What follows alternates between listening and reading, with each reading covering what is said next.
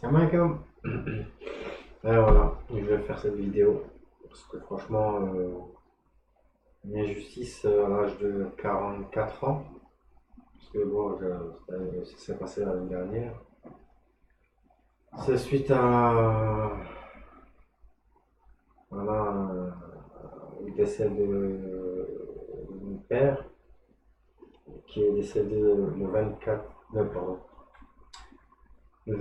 tellement ému que il a fait une agonie entre 25 et 26 juillet 2015, il y a 2 ans. Voilà, il a eu un AVC en 2012. Il était paralysé, tout le côté gauche était paralysé. Et voilà, après, il fallait le soigner. On l'a soigné en 2012 à 2015. Et bon, ce qu'il fallait, c'est juste qu'il s'alimente par sonde gastrique. Sinon, le reste, son cœur, sa tête, tout était, tout était bon, quoi. Juste le côté gauche paralysé. Et en 2015, voilà, 2015 il est parti. Après 19 heures d'agonie. Pourquoi? Parce que bah, l'ont mis en soins palliatifs. C'est-à-dire ils ont arrêté les soins, hein. Comme si on arrêtait les machines. Enfin, voilà, c'est ça, hein. Stop tout, quoi. On laisse, euh, on laisse mourir la personne de faim. Enfin, ils appellent ça soins palliatifs. C'est soit tu fais à la maison ou à l'hôpital. Et bon, ça a été fait à l'hôpital, mais dans tout ça, c'est que j'ai pas été prévenu, moi, à Vasdine, hein. J'ai 44 ans, hein. C'est ma moitié, mon père. D'accord. Quand ils ont décidé d'arrêter ces soins-là, de mettre en soins palliatifs, normalement, ils ont dû faire une réunion générale toute la famille, et tout, etc. Et décider si on pouvait le faire ou pas. Sinon, il y avait une solution, c'était une opération. L'opération, c'était soit il partait sur la table d'opération, soit il pouvait continuer à vivre. Et voilà. Il faisait des bouchons au niveau des intestins. De temps en temps, il fallait l'emmener à l'hôpital tous les mois, une fois par mois, deux fois, deux fois. Et à la fin, c'était un petit peu plus ou moins plus. Euh, une opération, ça aurait été mieux qu'une agonie de 19 heures, hein, du 25 juillet 2015, hein, jusqu'au lendemain, le 25 à 19h30, 19h20, 7h20, jusqu'au lendemain 26, après Salat al-Dhuhr, prière au Dhuhr, 14h20, ben, il est parti. Et tout ça, dans la semaine où il décède, bah, le fameux HAD qu'on appelle là, HAD a mis tout son matériel pour le laisser mourir dignement, comme ils disent, quoi. Voilà, quoi. C'est-à-dire, ramène tout leur matos, j'ai tout en photo. J'ai même pris l'agonie, son agonie en,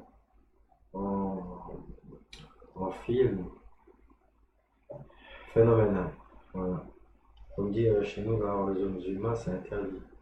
C'est interdit de laisser, je pense, chaque cœur ne peut pas laisser mourir une personne alors qu'on doit tout faire pour. Elle a quand même travaillé pendant 40 ans, elle a cotisé, voilà quoi. Voilà. C'est vrai, bon, ça, on va dire, il allait mourir, quand, mais ça pour moi, il n'y a que Dieu qui sait. Il n'y a que Dieu qui a le droit d'enlever l'âme d'une personne. Voilà. Eh ben, quand le soir de l'agonie, j'ai été voir sur le net et tout, c'est qu'on a achandé, qu'est-ce qui se passe, pourquoi. Et j'ai compris qu'on l'avait mis sous soin palliatif, voilà. Sans qu'on m'ait averti. Voilà.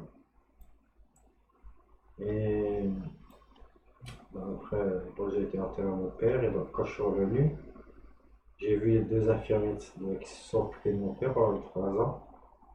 Et à chacun, j'aurais dit ce que je pensais. Voilà. Sans les menacer de mort ou quoi que ce soit. Alors qu'ils ont été racontés comme quoi ils ont été portés plainte. Moi, de loin, il y avait quoi? Il y avait entre moi et eux 10 mètres, voire plus. Hein? Ils ne les ont pas touchés, il n'y a pas de certificat médical, il n'y a rien. Comme quoi,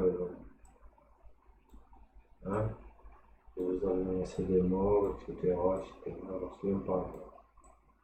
Parce que dans tout ça, ils ont eu peur, parce que dans tout ça, c'est vrai. Ce qu'ils ont fait, ils n'ont pas le droit de faire ça. Donc, on dit, ils étaient dans l'illégalité. Et moi, dès que je suis revenu de l'enterrement de mon père, je leur avais dit que j'étais passé à la gendarmerie, j'avais porté plainte, et c'est vrai, contre eux. Mais moi, ma plainte, nada, ouais.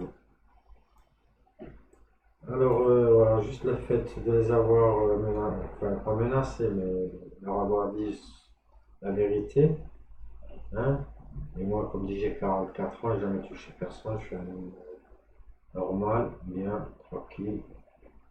Surtout depuis que je me suis remarié, je n'ai rien à dire sur moi, quoi. Moi, je vais lire un petit peu là ce qui s'est passé, hein, ce qu'ils ont marqué dans le journal, alors que c'est du faux, des mensonges. En plus, ce jour-là, quoi, au tribunal, je me suis présenté avec ma barbe, hein, un musulman, Zdina Abed, en plus avec tout le terrorisme là, qui se passe en ce moment, voilà, je dis celui-là, punaise, pourtant 44 ans, j'ai jamais touché personne. J'ai déjà bu quand j'étais jeune, là, j'ai fait la fête, on m'a arrêté parce que pourquoi? À cause de l'alcool, ou parce que j'avais fait un accident sur, sur que des dégâts matériels. Une fois des fuites parce que j'avais j'avais bu et j'ai tapé une voiture, je suis parti, la voiture était en stationnement, il n'y avait pas de blessés, rien. Donc des trucs mineurs, un abandon de famille, soi-disant, donc j'ai abandonné ma famille, hein, alors que c'est moi qui ai été abandonné. Voilà, maintenant on va lire ça, après, arrête. Marie a insulte et menace avec la stable. L'homme de 43 ans qui s'est présenté hier à la barre du tribunal correctionnel de Colmar ne semble pas avoir fait le deuil de son père. Disparu le 23 juillet 2015, en plus 23 sur là c'était le 26 il est revenu 19h25 au 26. À moins que ce soit cette consommation abusive de cannabis et d'alcool qui l'ait poussé à voler un sabre et un téléphone portable chez l'une de ses connaissances. Le gars, la personne, je ne la connaissais même pas. Par contre, avec qui j'étais, je connaissais. Donc j'ai dit, viens, on va passer c'était un samedi soir, j'ai dit, on va passer une soirée, j'ai acheté un pack. J'ai dit, allez, vas-y, on a bu, et après ça fait effet boudonner dans ma tête, tellement je ne bois pas. C'est longtemps que j'avais pas bu, moi, 15 ans. Voilà, on a mis tout ça sur le dos. Voilà. Chez l'une de ses connaissances, début septembre de la même année. Puis a menacé avec ce sabre l'une de ses victimes à la suite d'un euh, contentieux autour de la vente du moto. Voilà. Voilà. Après le soir-là, apparemment, voilà, moi je me souviens de rien, mais apparemment j'ai vu une personne que j'avais eu un contentieux avec lui. J'avais hébergé chez moi en plus et tout, il venait du Canada, etc. etc.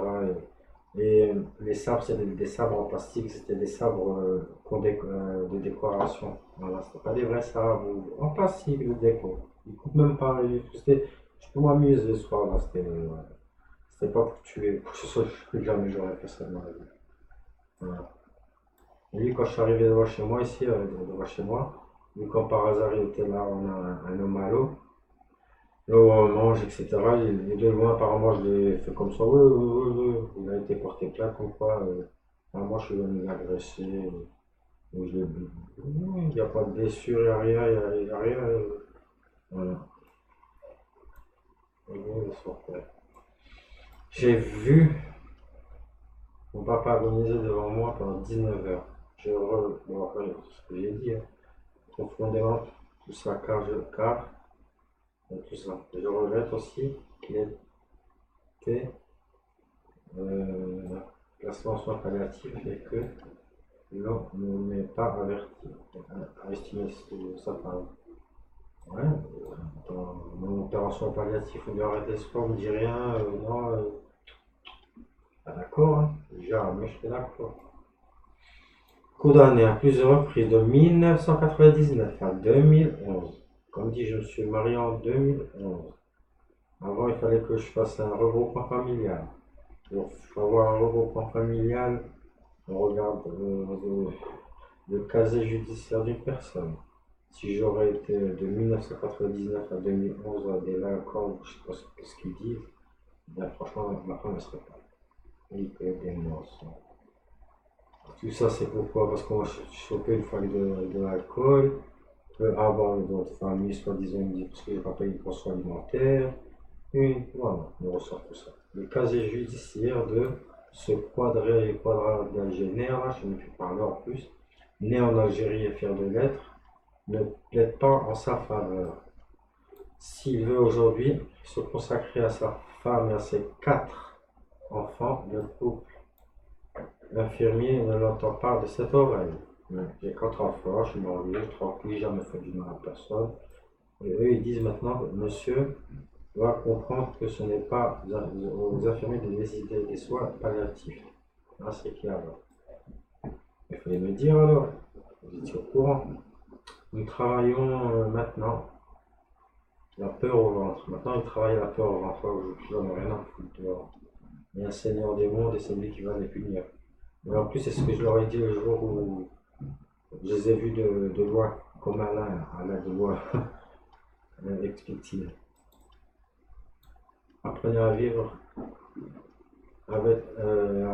apprenez à vivre votre deuil avec dignité, poursuit M. Metzger. En plus, ils prennent l'avocat le plus grand de Strasbourg. Donc, ils avaient peur. Et ces gens-là, ils prennent en plus de la cocaïne, etc. etc. L'avocat des victimes, en réclamant 2000 € de dommages et intérêts. T'as rien fait, on auto-opération palliative, on le tue presque euthanasie. Il est encore payé 2000 € de dommages et intérêts. Le procureur adjoint requis une peine de 18 mois de prison, dont les 2 tiers assortis d'un sursis, avec mise à l'épreuve pendant 3 ans, en tenant compte des propos orduriers et outranciers qu'il a tenu à recevoir ce défaut avec un autre. Voilà. Monsieur Brosse, son avocat, verra dans les mesures pour vraiment la personnalité avait les colonies gouvernement avec on n'a pas des mensonges. Merci la loi, merci la justice. Alhamdulillah, Dieu est grand. Et à la prochaine. Inch'Allah. Voilà. Faites attention à vous. Restez tranquilles, mes frères et sœurs, surtout nous les musulmans, parce que on est catalogués grave. Salam alaikum.